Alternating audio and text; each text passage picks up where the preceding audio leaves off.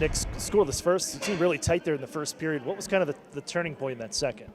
Yeah, I don't know. We came out really flat in the second, losing way too many battles, giving way too many odd men rush. We didn't play our style, and you can't do that against the first seed position. What are the lessons you take away from this one? I know you can't. That's what you can't do against the number one team, but you guys have beaten them. You now know that you can stand with them. No, for sure. We can beat any team in our division, that's for sure, and we know we can beat them.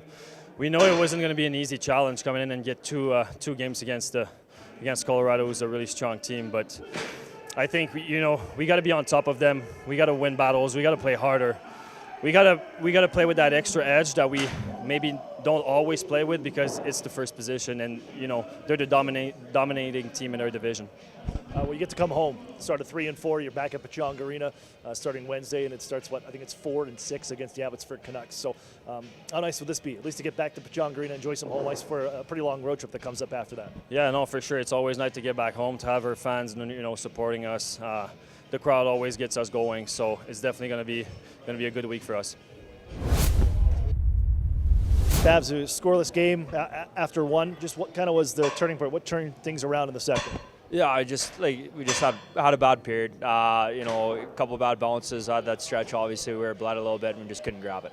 Well, you come into this one, it's the number one team of the Pacific Division to start the weekend. You're in a split out of it. What can you take away from this week when you head back to Pechanga Arena next week? Well, we talked about the resiliency last night, the good that came out, from that, and then obviously just the detail in our game. We had one bad period in the second, so we got to find a way to grab that, clean some things up there, and then we'll get on with it. So.